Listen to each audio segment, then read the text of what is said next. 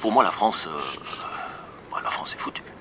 Pour moi, elle est déjà foutue. La Grande-Bretagne, depuis un certain temps, la France aussi, maintenant, suit ce trend. En Suisse, nous avons essayé d'agir très rapidement dès l'ouverture des frontières, parce qu'on a maintenant aussi Schengen et la libre circulation, et donc on ne peut plus à ce point se protéger de certains développements qui ont quand même détruit la situation sociale dans les pays avoisinants.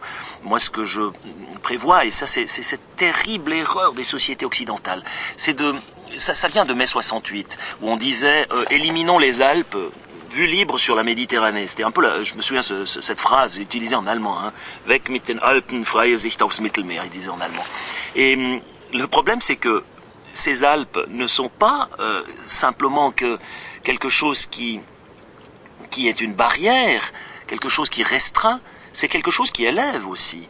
Sur la difficulté, j'arrive à grandir, à m'élever, je dois vaincre mes faiblesses, je dois aller au-delà de moi-même, au-delà des conventions, des sentiers battus.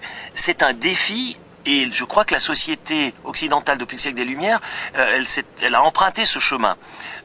Nous avons connu nous aussi le règne d'un dogme unique et écrasant durant pas mal de siècles, hein, et nous avons mis beaucoup de temps pour nous en libérer et pour arriver à individualiser la pratique religieuse, pour arriver à pratiquer la démocratie, la liberté d'expression, etc.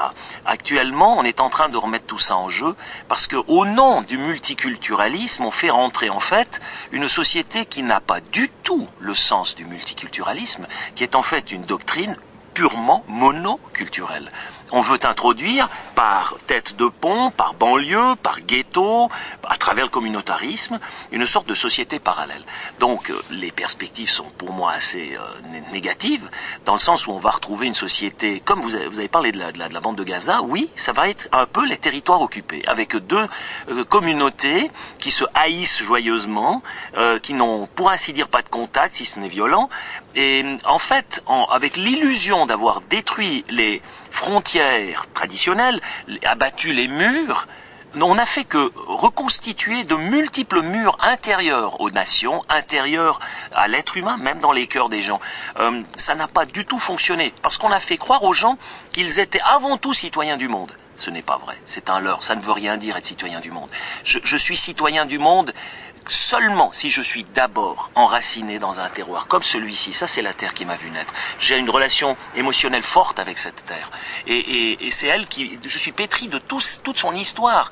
C'est la terre de mes ancêtres. Et donc, je ne peux...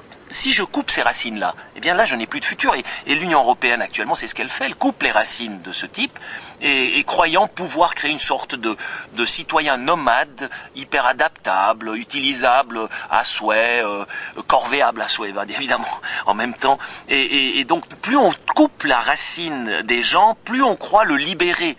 Mais en fait, on ne crée pas un homme libéré, on crée un homme prisonnier du vide. C'est la plus grande des prisons, c'est terrifiant, parce que vous voulez faire quoi dans le vide? Vous êtes infiniment perdu dans le paysage. Et pour revenir maintenant aux élites françaises, la peur qu'ils ont, je la sens aussi chez certaines élites de Suisse, parce que personne ne veut être le salaud dans les médias, personne ne veut être l'ignoble facho. Hein, le rôle que je joue là l'autre jour à la télévision avec cette équipe de bobos gauchistes qui se moquent de moi, eh bien bon, j'ai pour ma part ce désir de défendre ce à quoi j'ai toujours cru et que ma culture et que mes ancêtres m'ont finalement amené. Sans me fermer à l'autre, l'altérité est une richesse. Et elle est une richesse si l'autre respecte mes racines autant que moi je respecte les siennes. Si chacun finalement a ce fondement et ce fondement est la solidité, la confiance en soi qui me permet de m'ouvrir à l'autre, c'est bien. Dès le moment où l'ouverture vers l'autre n'est qu'une fuite devant moi-même, une fuite devant les responsabilités que j'ose pas prendre ou devant les racines de ma propre existence que je renie, ça ne peut que se terminer dans l'abandon de soi et finalement dans l'éradication de la culture que je prétends défendre. Les élites ont peur parce qu'elles sont soumises à une pression terrible des médias, et ce que je constate aussi en Suisse, pour la plupart, elles sont achetées. C'est des gens qui touchent des salaires de différents lobbies, ils sont au croisement de différents liens d'intérêt, et donc leurs décisions ne sont pas innocentes, ce ne sont plus réellement des représentants du peuple. Les élites suisses ont moins de pouvoir parce qu'il y a la démocratie directe. Chez nous, le peuple est l'opposition. Donc quand les élites poussent trop loin le bouchon, le peuple réagit, comme il l'a fait le 29 novembre. Le peuple dit, attendez voir, le souverain, ici c'est nous.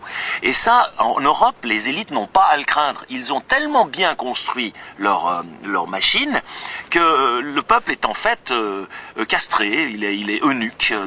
Il peut constater, il ne peut plus rien faire. Il peut exprimer sa mauvaise humeur tant qu'il veut. Les institutions ne lui permettent pas de l'exprimer réellement dans le jeu politique. Oui, alors tous les 4 ans, on va voter pour tel ou tel, mais finalement, le plan de société se ressemble terriblement, et on évitera toujours que quelqu'un représentant un autre plan de société, une autre vision de la culture, puisse arriver au pouvoir, parce que les intérêts financiers et politiques sont à tel point mêlés les uns aux autres que toute la liberté d'action est perdue. Et alors on les paye royalement, ces élites, on leur paye ils ont des secrétariats, ils ont une rente à vie, etc. Ce que nous n'avons pas, nous sommes des miliciens, moi j'enseigne encore à 65%. Je dois donc constamment rendre compte au peuple qui est mon souverain.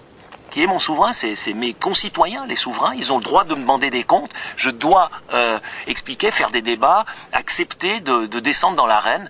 Je ne suis pas quelque part sur orbite, bien au-dessus de la tête des gens, sans me soucier de leur quotidien. C'est ça la différence fondamentale, et c'est pour cette raison que je défends ce système de la démocratie directe avec autant de vigueur.